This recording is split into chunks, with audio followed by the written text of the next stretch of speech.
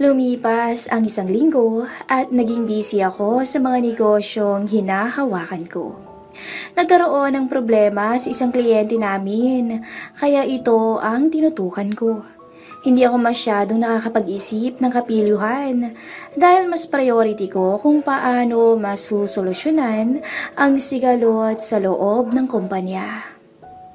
Paminsan-minsan, dumadaan sa aking isipan ang pagkasabi ko kay babe at minsan sa asawa ko. Pero nagagawa ko naman tong pigilan dahil nga sobrang busy sa trabaho at sa iba pang bagay. Sabado, bumisita ang parents at in-laws ko for weekends bonding. Nakatanggap si Mrs. ng tawag galing Pampanga. Nakikiusap si Manang Tere na ipasundo siya at natapos na raw ang inaasikaso niya ron. At dahil nga sa kasagsagan ng lockdown, hindi pwedeng mag-commute and we need her badly. Sa kasamaang palad, si Manong Andoy, ang company driver ng parents ko, ay hindi pwedeng sumundo kay Manang dahil may appointment pa sila mamayang hapon sa kumpanya. Kaya nagpa siya si Mrs. na ako na lang ang sumundo kay Manang mamayang hapon sa Pampanga at pumayag naman ako. Besides, malapit lang naman at wala naman akong gagawin dahil Sabado naman. Sinubukan kong ayain si Angie na samahan ako pero sumabat ang biyanan ko na hindi pwedeng iwanan ni Angie ang mga bata at baka hanapin siya. At syempre, hindi mababantay rin Mrs. dahil may tinatapos siyang report sa mga models niya. Nalungkot ako dahil mas mapapadilisan ang biyahe if may nakakaalam ng area nila sa Pampanga at mabilis kong masusundo si Manang. Minsan hindi ko maintindihan tong biyanan ko kung nagsiselos ba siya o naghihinala sa amin ni Angie. Pero sa totoo lang, may punto naman siya Baka mahirapan nga naman sa pag-aasikaso si Mrs. sa kambal namin. Kaya I decided to go alone. Dinala ko na lang ang SUV na matagal lang hindi nagagamit dahil baka maraming bit-bit si Manang. Hiningi ko kina Mrs. ang address at tinry kong isearch ang location via Waze at yun nga. Mga 4:30 PM ay nandoon na ako kina Manang kung walang traffic sa daan. I decided to wear short and sando na nakapagbigay sa akin ng napakapoging looks. Sa kasagsagan ng biyahe, nakikita kong dumidilim ang kalangitan at mukhang bubuhos ang napakalakas na ulan. Nasa San Fernando na ako nung bumagsak ang ulan na may kasamang kulog at kidlat. Medyo bumagil ako sa pagtakbo, papunta sa liblib na lugar ng San Isidro, Guagua. At doon, pinakiusapan ni Manang na ipasundo ako sa kanyang apo dahil nga umuulan. Peter ang pangalan ng susundo sa akin. Pinarada ko ang kotse sa may bandang gilid ng kalsada papuntang bukid and still umuulan pa rin at may malakas na kulog at kidlat. Good afternoon po sir, kayo po ba si Kuyang Mateo? Tanong ng binata at tumango ako. Yes, ako nga, ikaw ba si Peter? Tanong ko. Ay opo Kuyang, ako nga po. Ang gwapo niyo pala. Ay nga pala Kuyang, sinabi po ni Manang Tere na sundin ko kayo at magpahinga muna kayo sa kubo habang nagpapatila ng ulan. Napakalakas ng ulan at maputik po ang daan kaya maya-maya na raw po kayo babiyahe papuntang Manila. Dagdag pa niya. Sa una, para akong nag-aalangan dahil nga medyo maputik sa daanan at malayo ang kubo na sinasabi ni Peter. Malayuan ang distansya ng mga bahay at medyo maraming puno na nakapalibot sa area nila. Pero nakakahiya namang tumanggi. Baka akala nila masyado akong maarte at hindi marunong makisama. Sure, wait Peter. Makikisuyo ako na pakikuha sa compartment ang payong ko para hindi na tayo mag-share sa payong mo. Ang sabi ko. At ayun nga, kinuha niya sa likod at binigay sa akin ang payong. Naglakad kami sa gitna ng malakas na ulan at medyo maputik nga sa tinatahak namin pero okay lang dahil makwento si Peter at nakakatuwa siya. Napakabait ng binatilyo. Maya-maya nakarating na kami sa kubo kung saan nakatira si Manang. Tumawag si Peter sa labas. Manang Tere! Manang Tere! Andito na po si Kuya ang Manang. At yun nga, pinagbuksan kami ni Manang na nakasuot ng duster. Matamis at maaliwalas ang kanyang mga ngiti. Manang Tere! Abay, napakagwapo naman ang senyorito mo. Akala mo ay artista sa Hollywood. Ang sabi ni Peter. Gwapo talaga yan. At tingnan mo at kala mo model. Saad naman ni Manang. Tumawa naman si Peter. Pumasok kami sa bahay ni Manang. Gawa ito sa kawayan at pawit. May mga tumutulo sa bubong dahil nga sa lakas ng ulan. Pero malinis ang bahay. Kahit napakapayak nito. Humingi ng pasensya si Manang sa maliit nilang kubo. Pasensya ka na sir. At medyo di komportable ang bahay namin. Hindi ko na kasi pinagawa pa dahil halos sa Maynila na ako nakatira.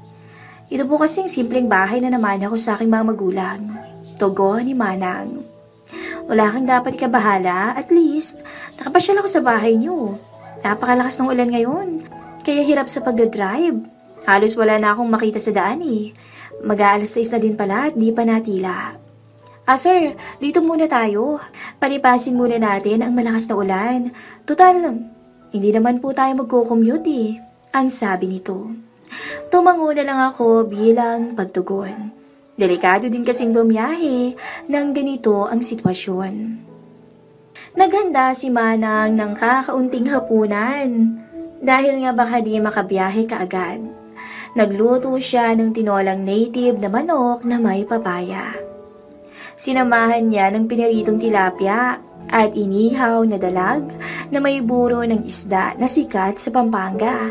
Medyo mabaho na maasim-asim. Na tamang-tama sa malamig at maulang panahon. Napasarap ang kain ko. Napagalaman ko na mag-isa lang pala si Manang sa bahay na to at si Peter ay may asawa at anak na at nagpaalam na uuwi na siya kahit napakalakas pa ng ulan. Umuwi na si Peter at nagpaalam sa amin. Manang at Koyang, uwi na po ako at baka nag-aalala ng mga mag-anak ko eh. Mukhang tatagal pa ang ulan, ang sabi niya. Ako naman ay tinawagan ko si Mrs. para makapagpaalam na malilate ang uwi namin dahil parang may bagyo na paparating. Habang kausap ko si Mrs., naramdaman ko ang paghaplos ng pilyang palad sa dibdib ko. Papuntang pusod ko. Tsaka pumunta sa ilalim ng aking short na sinusubukang gisingin ang aking uhaw at diwa. Hello, Teo? Ang sabi ni Mrs. Han, malakas ang ulan. Baka mamaya pa kami umuwi ni Manang Tere. Ang sabi ko habang walang tigil pa rin si Manang sa kapilihan niya. Teo, are you okay, Han? Parang garal-gal ang boses mo. Sige, kung hindi ka makabiyahe, bukas na lang, maaga kayong umuwi ha? Malakas nga ang ulan ngayon, ang sabi pa ni Christine. Yes, Han. At naramdaman ko na lang na nasa paanan ko si Manang Tere. At nakababa ng short ko. At walang sawa siyang nagpakasasa. Kaya hindi ko mapigilang mapasigaw ng bagya. Teo? Teo, Han? Narinig ko ulit si Mrs. sa kabilang linya. Han? Bakit? Sagot ko. Teo? Ano nangyayari sa'yo at nasaan ka ba ha? Panay pa rin ang tanong ni Mrs. Kaya pinilit kong tumayo at kumala sa babaeng gigil na gigil sa akin. Teo, gusto kong makausap si Manang Tere. Baka saang pugit ka pa nagpunta eh. Just to make it sure. Hindi ka maayos kausap eh. Ano bang nangyayari sa'yo at paputol-putol ang boses mo? Tinakpan ko ang audio ng phone at kinausap si Manang. Babe, gusto ka na makausap ni Christine. Ang sabi ko, please, kausapin mo babe.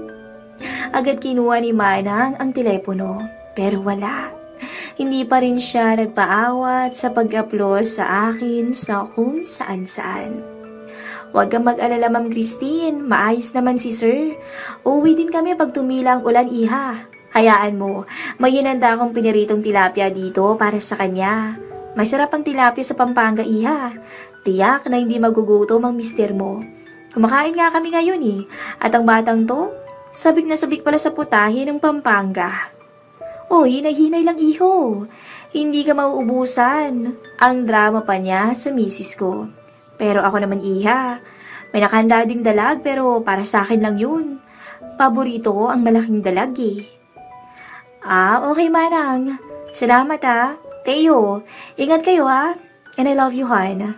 At binaba na ni Mrs. ang telepono. At yun na nga ang sinyalis na pwede na namin gawin ang nakakabaliw at nakaw na sandali namin ni Babe. Nagkatinginan kami sandali ni Manang. Ang gwapo mo, Mat. Sa wakas na solo din kita.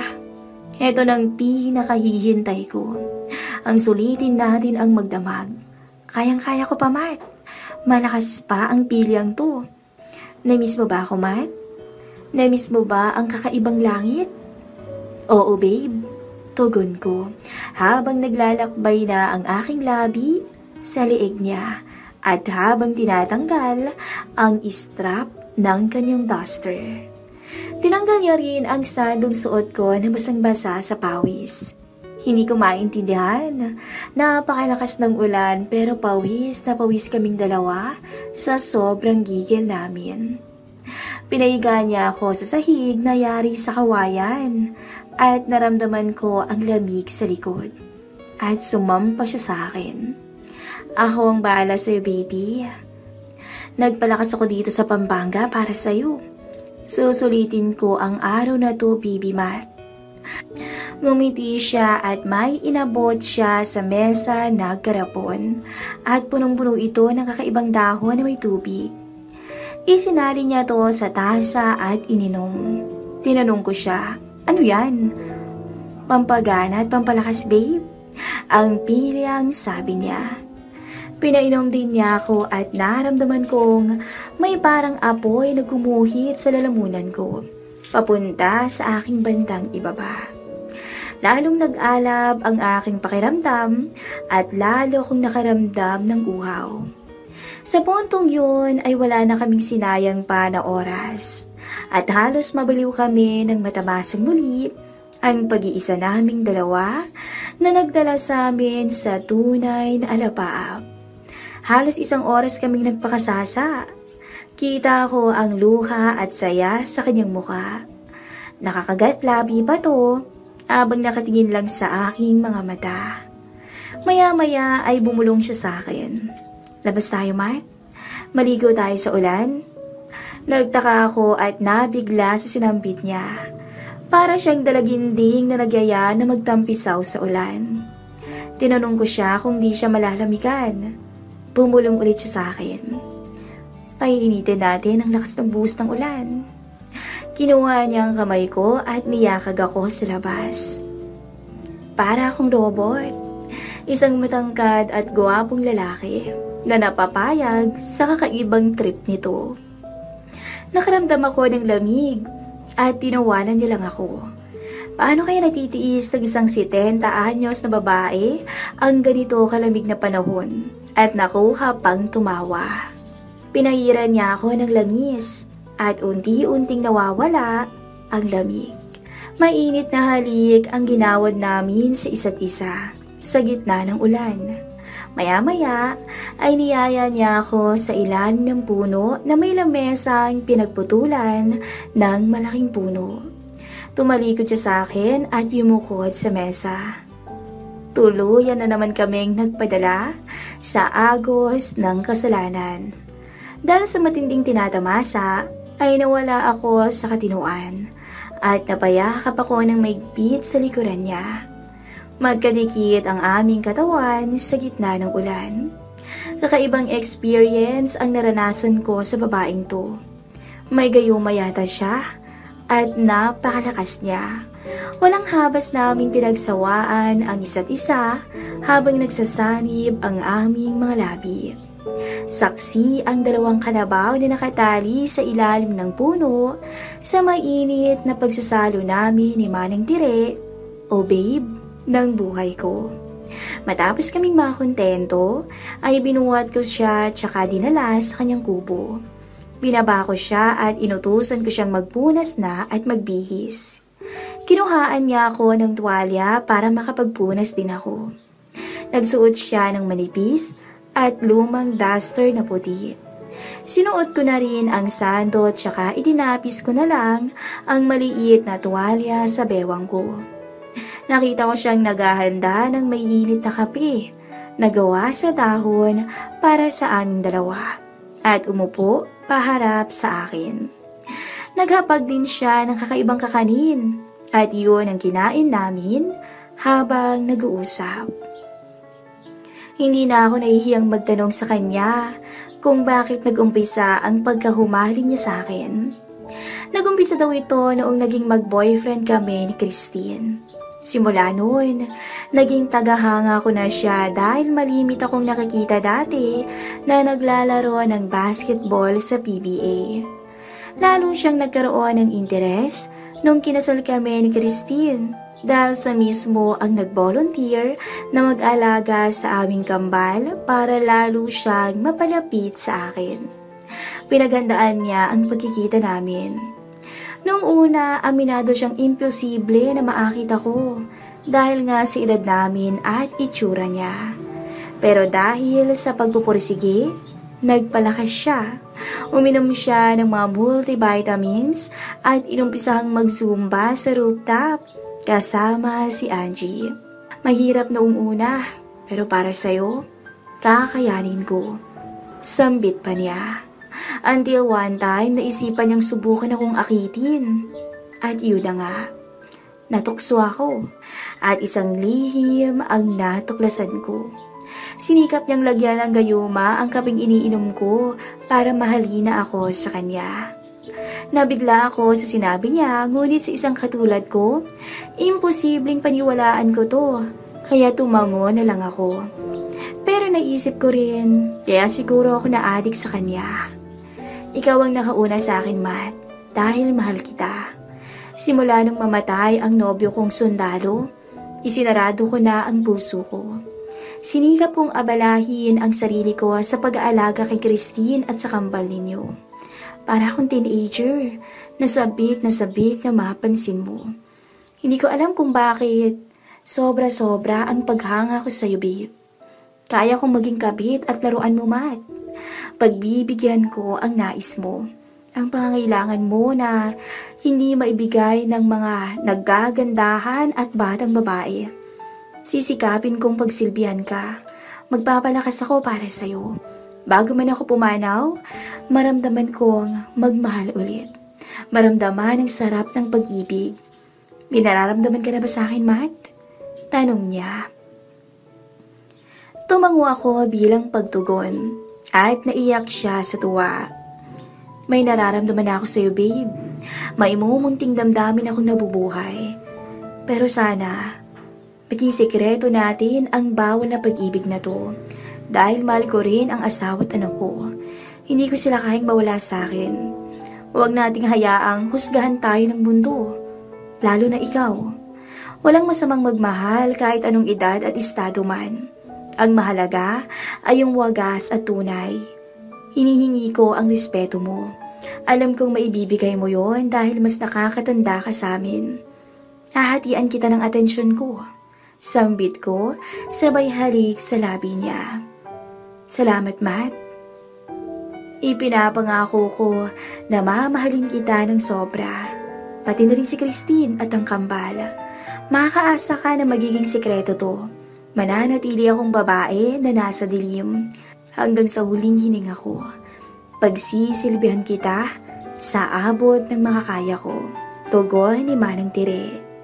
Unti-unti siyang lumapit sa akin at binigyan niya ako ng mainit at matamis na halik na siyang nagdala sa amin sa kwarto niya para tahakin pang muli ang tunay na rurok. Hanggang dito na lang po ang ating kwento at sana ay nagustuhan nyo. Ako si Robbie, 20 years old at bunso sa pamilya.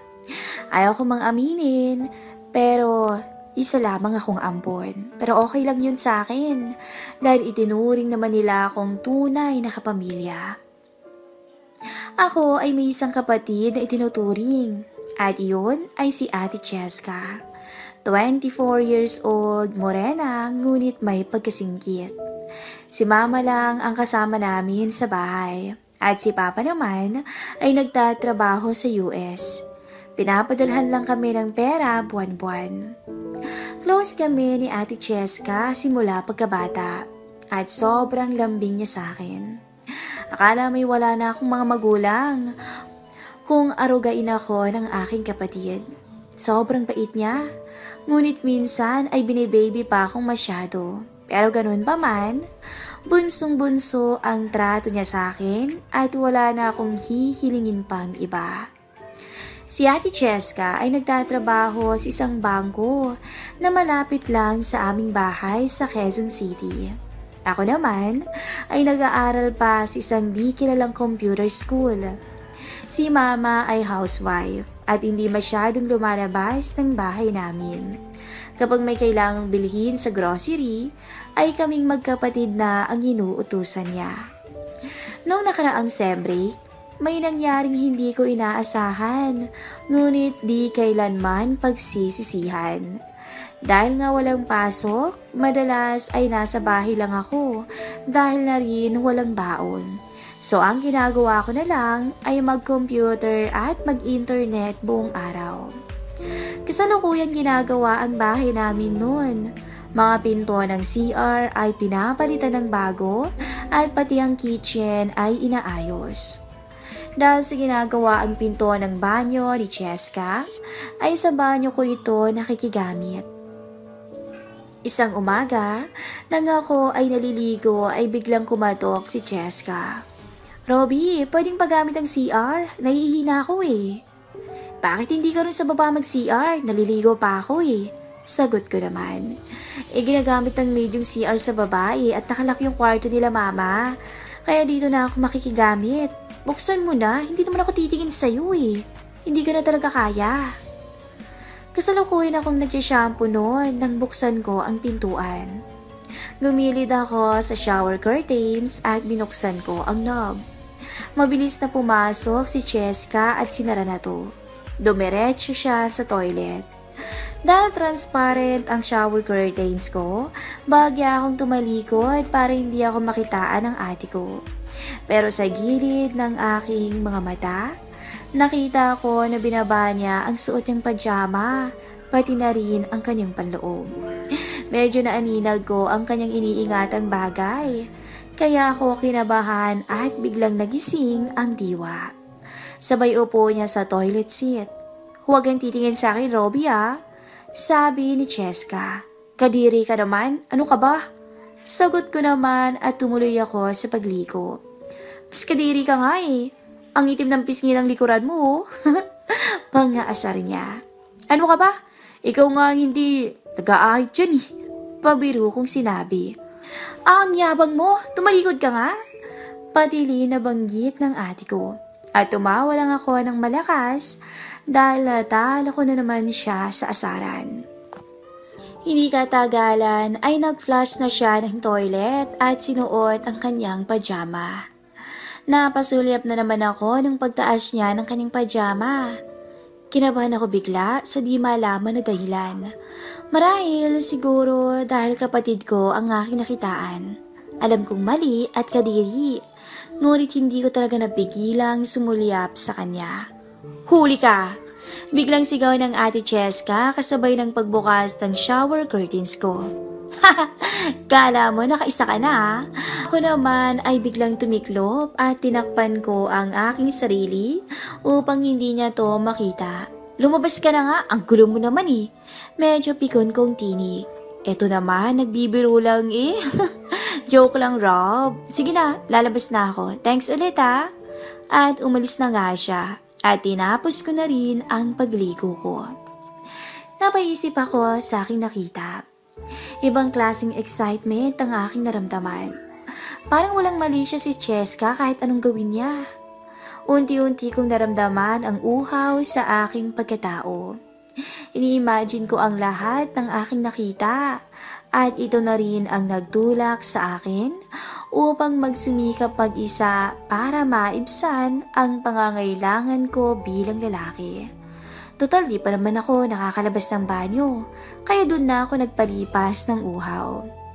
Kahit masama ang ginagawa ko, ng sarili kong kapatid ang nasa isipan ko habang nagpapakasa sa mag-isa, ay muli kong binalikan sa aking isip ang aking naaninag kay Cheska kanina. Mula sa pagbaba niya ng pajama hanggang sa pag-flush ng toilet. Bawat bahagi ay aking binalikan. At di ko namalayan na malapit na ako sa rurok nang biglang kumatok ulit si Cheska. "Robby, alis na ako Pakabait ka Sige." Laking gulat ko ng mga saglit na yon. "Okay ate, ingat." Nanginginig kong banggit. Pagkatapos kumain ng lunch, ay inutusan ako ni mama na kunin yung mga maruruming damit ko. At pati na rin ang kay Cheska dahil maglalaba ngayon ang maid. Pagpasok ko sa kwarto ni Cheska, ay nakita akong nakabukas ang computer niya. Tinignan ko ang laman nito at naghanap ng mga pictures. Naalala ko kasi dati na may mga magaganda siyang kaibigan nung college pa siya at dali-dali kong hinanap ang mga files na yon. Boracay 2005 ang pangalan ng isang folder sa may documents niya. At syempre, dahil lalaki ako, gusto kong makakita ng mga babaeng nakabikini lang. Binuksan ko ang folder at laking gulat ko na napakaraming pictures ang naroon. May mga pictures na nasa beach silang magkakaibigan. May mga pictures ng kumakain sila. At may mga pictures na nagiinuman sila. Pero ang tanging nakaagaw ng aking pansin ay ang pictures na nasa beach sila. Ang gaganda ng mga kaibigan ng ate ko. At lahat sila ay nakabikini. Kung ano-anong mga posing ang tumambad sa aking harapan. At napansin ko ang mga kalusugan nila sa harapan. May isang picture pa ron na nakahilata silang magkakaibigan sa sand at akala mo ay mga model. Napansin ko rin ang isang picture ni Cheska. Mukhang ito ay picture nung kakagaling lang niya sa beach dahil basa pang kanyang katawan. Nang pinagmasdan ko ang picture na yon, napatingin ako sa bandang ibaba ni Cheska. Nagulat ako nang maaninag ko ang pintuan ng langit sa kanyang manipis na bikini. Pinagmasdan kong mabuti at muli akong tinablan ng may kahalong kaba at konsensya. Naganap pa ako ng ibang pictures, pero nang wala na akong makita ay sinara ko na to at lumipat naman sa iba pang folders. At dahil medyo may alam ako sa computers, naisip kong baka may mga hidden files siya dito sa computer niya. Nang makita ko ang show hidden files and folders, agad ko itong kinlik. At may nag-iisang folder doon na biglang lumabas. Ang pangalan ng folder ay Progress. Out of curiosity, tinignan ko ang folder at laking gulat ko nang makita ko ang laman ng folder ay mga pictures ni Cheska na walang suot. Napaka-sexy. Ang puti at ang kinis niya talaga. Nangingintab ang kanyang balat. Napalunok ako nang wala sa oras. Gulat na gulat ako sa aking nakita at nawirduhan ako sa kanya dahil pare-parehong lugar kinuha ang mga pictures. Kinuha to sa CR ng kwarto niya at full body shot lahat. Tinablan ako ng sobra at nanlaki ang mga mata ko sa mga nakita ko at pinagmasdan ko talaga to ng todo. Halos hindi na ako makagalaw. Halos hindi ko na magalaw ang mouse dahil sa sobrang kaba. Ang ganda ng kabuuan ni Cheska. Halos hindi ko mukurap ang aking mga mata nang bigla akong narinig ang pagsara ng gate. Alam kong si Ate Cheska yon dahil ganun siya talaga magsara ng gate namin. Agad-agad kong kinlos ang window at kinuha ko ang kanyang maruruming damit at tutungo na sana ako sa labas nang biglang makita ko siya na papasok na sa kanyang kwarto. "Anong ginagawa mo dyan?" Tanong niya na medyo nagulat. Pinakuha ni mama yung mga damit mo. Maglalaba raw si Aling Bing mamaya eh. Kinakabahan kong sagot. Bakit nga palang aga mo? Tanong ko.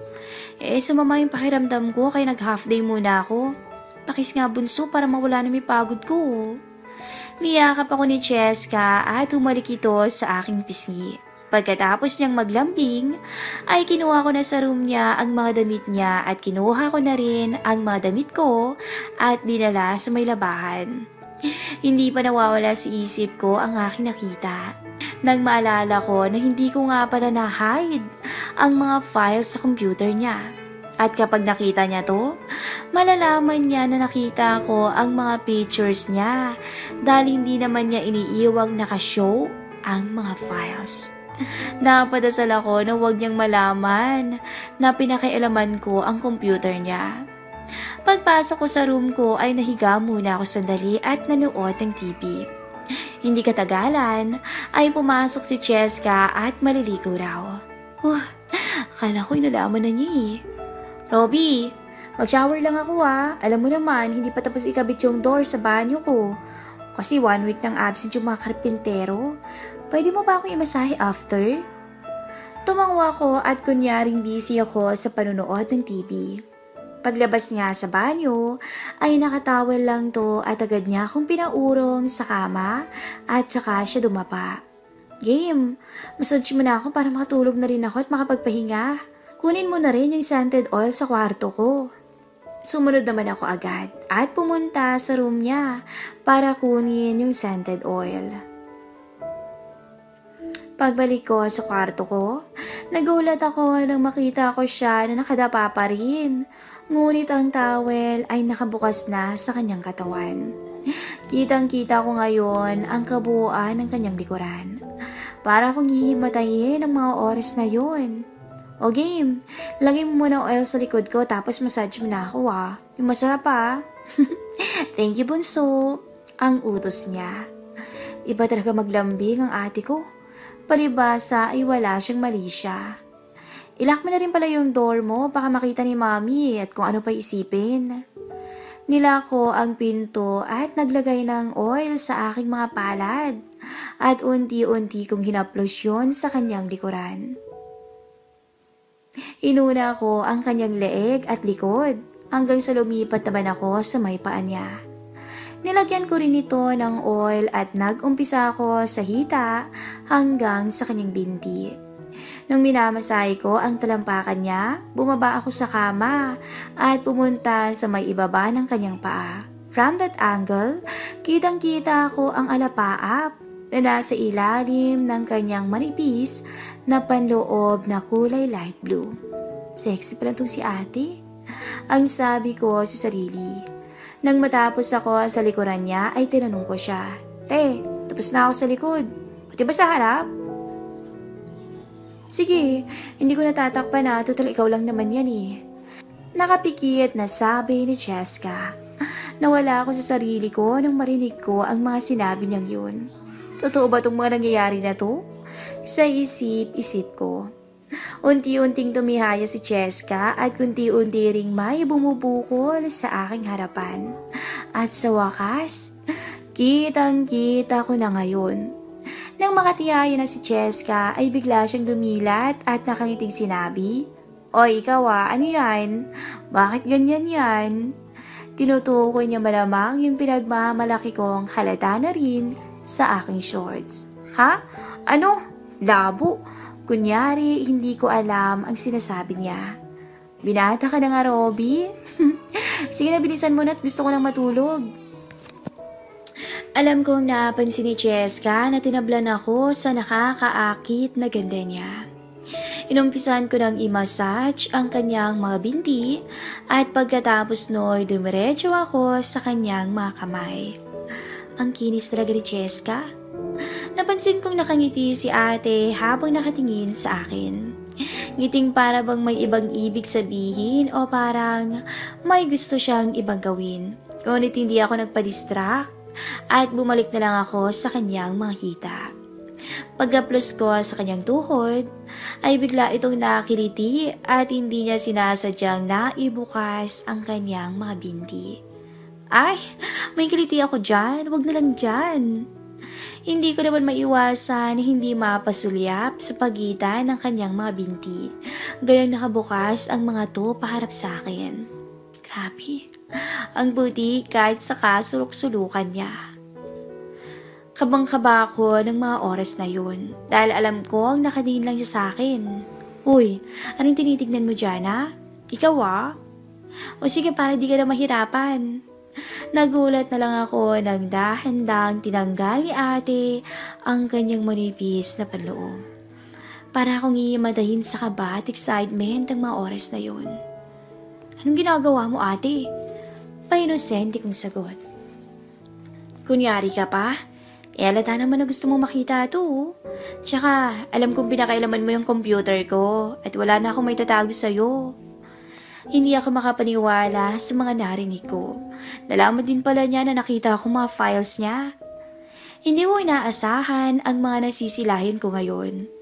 Para akong nasa isang paraiso. Itinigil ko saglit ang aking ginagawa at humingi ako ng paumanihin sa kanya. Ate, sorry pero hindi ko kasi sinasadyang makita yung mga pictures mo Napangiti naman siya at sinabing, okay lang yun. Wala yun sa akin. Pero bakit parang gustong-gusto mo pa ngayon? Ikaw naman kasi. Pinakita mo na sa akin Babae ka pa rin kahit papano at lalaki ako kahit papano, no? Sagot ko. So anong gusto mong palabasin? O anong gusto mong mangyari? Patingin nga ako ng nakatago sa shorts mo? Hindi na ako nag-isip pa. At nadala na rin naman ako sa sitwasyon, kaya binaba ko ang shorts ko. Wow! Binata na talaga! Siguro po pwede na. Habang sinasabi niya ang mga yon ay lumapit siya sa akin at pilit akong hinihila papuntang kama. Teka, sigurado ka ba sa gagawin mo? Hindi ba malito? Kinakabahan kong sabi sa kanya ngunit sa isip ko talaga ay sana ituloy pa niya ang kanyang binabalak. Maya-maya ay pabagsak na humiga si Cheska sa higaan at ibinukas ang kanyang dalawang paa sa ere at sa harap ko mismo. Ori ka na, huwag ka nang makulit Subukan na natin yan. Pagkarinig ko nun, hindi na ako nagdalawang isip. At lumusong na ako at pumwesto tsaka niyakap ako ng maigpit ni Cheska. Tuluyan kaming nalunod sa kumunoy at maya-maya ay pansin kong nakapikit na si Cheska sa tindi ng tinatamasa. Gigil kami pareho at parang magigiba na namin ang buong bahay. Wala kaming sinayang na sandali at kahit ang bedsheet ay nabasa ng aming pawis hanggang sa mapadpad kami ng tuluyan sa rurok na may ngiti sa mga labi. Magkayakap kaming napahiga pagkatapos at hingal na hingala. Ano yan, Robbie? Bumangon ka na at pupunta tayo sa airport. Ako'y nagtaka dahil hindi man lang nila sinabi na dadating na si Papa. Uy, Robbie, bumangon ka na nga dyan at palabang mo yung bedsheet mo. Pilyong bata. Bilis na!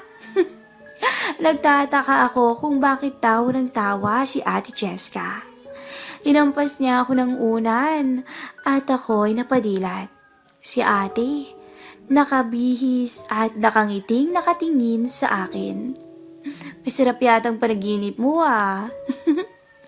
Dito ako na-realize na ako pa rin nakatulog at lahat ng yun ay panaginip lang. Kanina ka pa nandyan? Tanong ko kay ate. Hindi naman, sagot niya. Ikaw Bakit? Kasama ba ako sa panaginip mo? Sabay ngiti niya sa akin nang nakakaloko. Hanggang dito na lang po ang ating story. Sana'y nagustuhan niyo ang munting panaginip ng ating bida.